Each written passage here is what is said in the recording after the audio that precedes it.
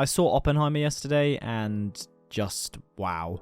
I'll be honest, this video is not scripted, and that's because I just wanted to talk freely without any form of script that, yes, might be able to clarify what I want to say in a more concise manner. I just want to talk because I genuinely found this movie just brilliant. This wasn't a movie where I walked away from it, let's say like my Puss in Boots movie or John Wick, where I can automatically start listing off the specific details of what I love, purely because everything in this movie is bordering perfect. If not, I wouldn't be surprised for many people out there, including myself, it can get up into that, top 3 spot of their favorite cinematic films of all time. From the shots, the acting, the actors themselves, the cinematography, the tone of the film, the portrayals of the serious events, just everything was top notch. And I have a TV in my room that, I've had for probably 8 years, and this film has single-handedly made me want to get a new TV for once this film is available outside of cinemas, so that I can watch it in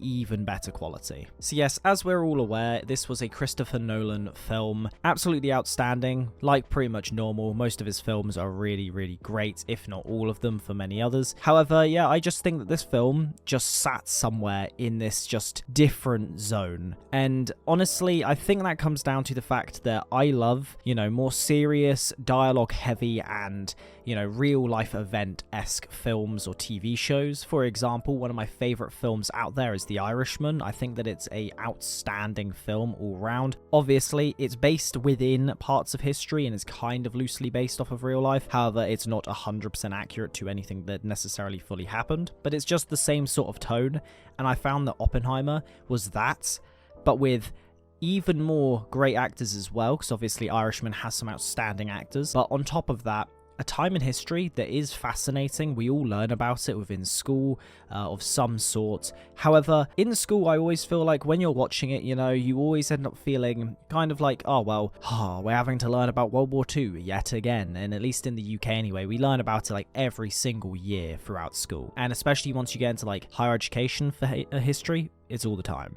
But this film genuinely wouldn't surprise me if you see in, let's say, 5 to 6 years' time, a lot of schools showing this within history lessons and that sort of thing of look, yeah, we don't have much going on right now, but we're going to show you Oppenheimer, based off historical events and so on. It's just something that it was just a outstanding experience outside of my time in the cinema, because I booked 2 tickets. Well, I booked 4 tickets because there was originally 4 of us going. Then it was just me and my girlfriend. However, the cinema then refunded all 4 tickets for some reason. Absolutely great. So we didn't get the seats we wanted, but we still saw the film.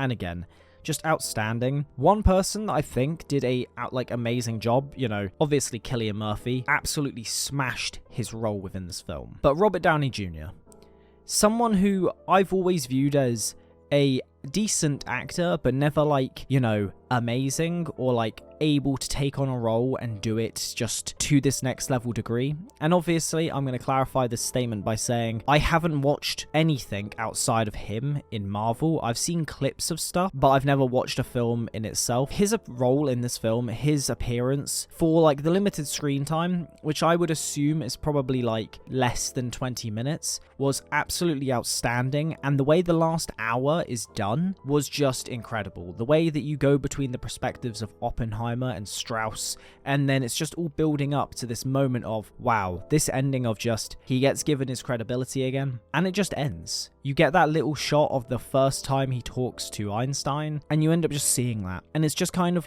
bringing you that moment right from the beginning of the film, reminding you of this moment that happened all the way back 3 hours ago. And then just telling you what happened in that moment, which then literally solidifies every single thing that just happened for the last hour. And honestly, like I said, I think this film might become my favorite movie I have ever watched. And the only reason why I say might is because I think I need to go see it again, either in the cinema, which I probably won't do. I'll probably wait for it to come out on DVD or let's say a streaming service. But yeah, I'll definitely be getting it on whatever it comes out on, getting a better TV. My TV's 8 years old. It's 4K TV, but it's just I want, one of those really crisp OLED displays. That's why I think this movie would look absolutely great on as well. But yeah, let's talk about some of the tone of the film, as I think for a lot of people out there, they're gonna write this film off for two big reasons. One is the seriousness of the film. It's a very serious film. However, I would say that it's a serious film that also is careful in making it too serious. So what I mean by this is that throughout the film, instead of it being like constant like seriousness all the time, there is like slight, jokes cracked every now and again that kind of like makes people go haha.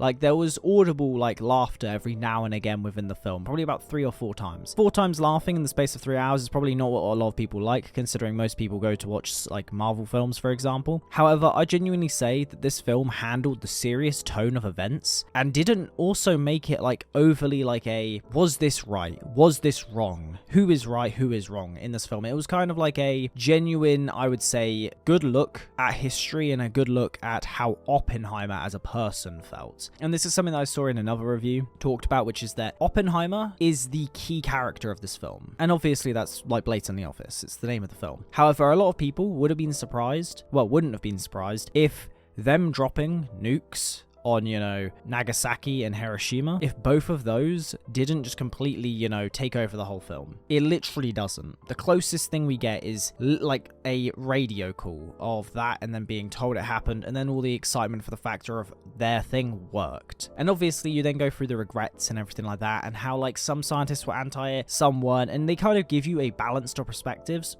There doesn't feel like anything's being pushed on you of how you should have felt about it. But most importantly, I think that it's just a outstanding movie. For anyone who loves cinema, anyone who loves genuinely great films, this film is definitely going to sit up there. And I would genuinely say 100% that this film, as of right now, is the best overall film of 2023. Now, yes, I think a lot of people might turn around and say, oh, well, you got some other great ones out there, like Puss in Boots was absolutely amazing, and, John Wick 4 was great, or, some people will talk about the Mario movie. But this film is just on another level that I haven't seen in so long, and it hasn't made me walk away feeling something in so long that, like, this film did. I literally felt so much like weird dreadness. Like, I don't know how else to put it. Like, for a good hour and a half after that film, like, I was really happy, like, really excited and happy about how great this film was. But I genuinely felt as if I was in this weird state of like just realness of just like, wow, what have I just witnessed? Like, this was amazing. And for a 3-hour movie, it did not feel like 3 hours. It felt like probably about 2 hour, 2.5 hour. I'd say 2.5 hours is better. And I'd say for a lot of people, like, yeah, it's going to be a long watch. However, if you are actually key in listening and you actually enjoy learning a bit about history and just seeing an event play out, you will really, really enjoy this movie.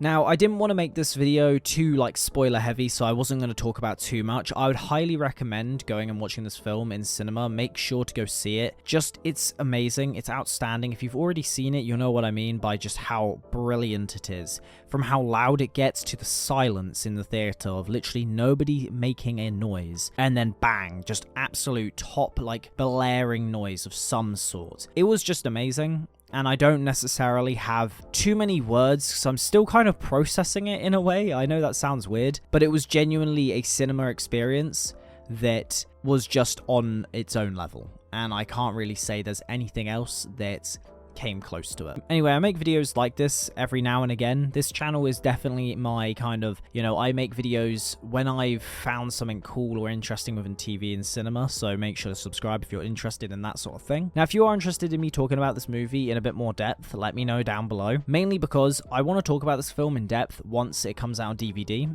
and talk about the shots, the audio, the acting, and just overall the serious and tone of the film. Just everything about it, I've got to just say, was top notch. I think there is nothing else you could word it as, just saying everything was top notch. It was an outstanding film, and I would genuinely say to every single person out there, you need to go watch it.